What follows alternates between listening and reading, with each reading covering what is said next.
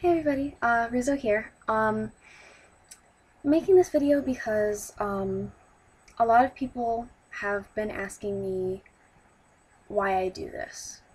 Why anti-pro-Ana and anti-pro-Mia and anti-Thinspo is important to me when I don't have an eating disorder. I've never had one, and I don't really have body image issues or anything like that. And I guess it's a valid question, and I feel like, with the support I've been getting both here and on Beauty Has No BMI, um, you guys, I wanted to explain to you guys a little bit about where I'm coming from and why this is important to me, because I haven't really talked about myself that much.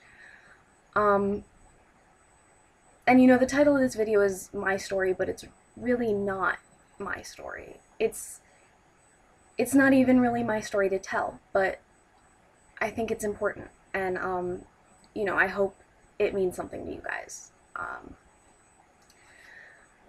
So, I have a little sister. I have three younger siblings, but I'm closest with my little sister, and she's 13, and I know that I usually do the everybody is beautiful in their own way thing, but sorry guys, but my little sister is the most beautiful girl in the world. Like, you know how they say when you have two sets of sisters, like, one gets the brains and one gets the beauty? And, like, well, I'm not saying that she didn't get any brains, but, like, if only one of us got the beauty, it's her.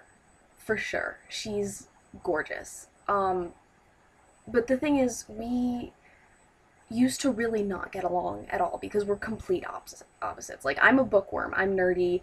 I spend a lot of time by myself. I spend a lot of time playing like Minecraft and really, really dorky games, and I like Dungeons and Dragons, and like, I'm just really, really not the popular girl, and my sister is. And it's really important to her to have the right brand of clothes and to like do her hair the right way and to have the right makeup and the right friends. And it used to really frustrate both of us because it frustrated me that she thought that things that I thought were stupid were really important, and it frustrated me that she wanted to be popular so badly.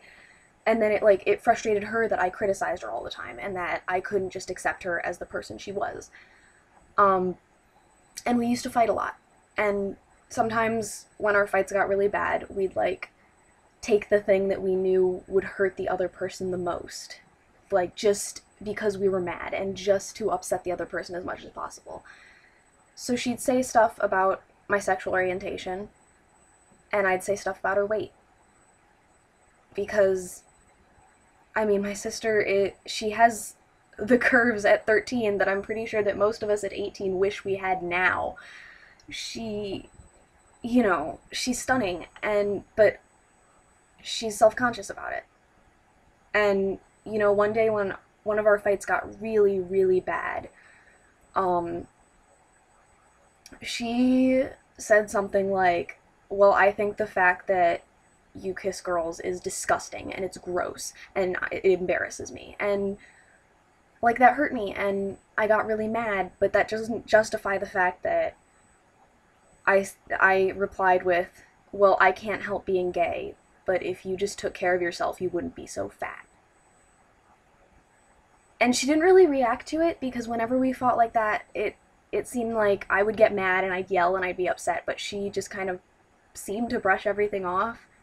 But she didn't say anything after that, and I guess it kind of frustrated me that she didn't respond, and so for like the rest of the day, I just slipped in these nasty little comments about things like, oh, are you really going to eat both of those? Or like, I just said, I can't remember it all, but I said really, really horrible things, and I knew that that was the one thing that she like really had a problem with. And I don't know why I thought, well, I knew it wasn't okay to say that, but I did. And the next day we kind of made up, and we talked about it. And I mean, in the midst of apologizing, we started fighting again, and all of a sudden she burst out, I made myself throw up because of what you said. And I mean, I ran through this little speech in my head like a couple times before I recorded this, and I tried really hard to think of a way to describe what that feels like. And I honestly can't. to hear the person that you love the most in the entire world tell you that they hurt themselves because of what you did to them, that you hurt them so much that they felt like they had to hurt themselves on purpose, is like, that's the first time I've ever felt self-loathing in my life. That's the first time I have ever hated myself because I did that to her. And I mean, of course I apologized like dozens of times, and we made up, and we were really, really nice to each other after that, but it just, I deserved to feel the way I did after that, but she did not deserve to do that. And that was shortly before I left for college, and then like a month or so ago, I got a text from her that said I did it again, and because it had been a couple months, I didn't know what she was talking about. And when I said what, she was like, that thing that I do when I feel fat, which made me realize that the time that we fought was not the first time she'd ever done it. And, you know, we talked about it, and she asked me to tell our dad about it because she didn't want to talk to him herself. And, you know, I did, but I don't know what happened, and I don't, like, I've tried my hardest to get her help and to support her and everything. And right now, I mean, I've been checking in on her, like, obsessively. But I don't know what's going on, and I'm not at home to protect her. And, like, I just know that if she ever saw anything like a pro-Anna blog or a pro-Mia blog or any kind of Thinspo, like, I don't even want to think about what would happen. I don't want to think about what kind of effect that would have on her when it made me feel guilty for eating for weeks, when I didn't even believe any of it.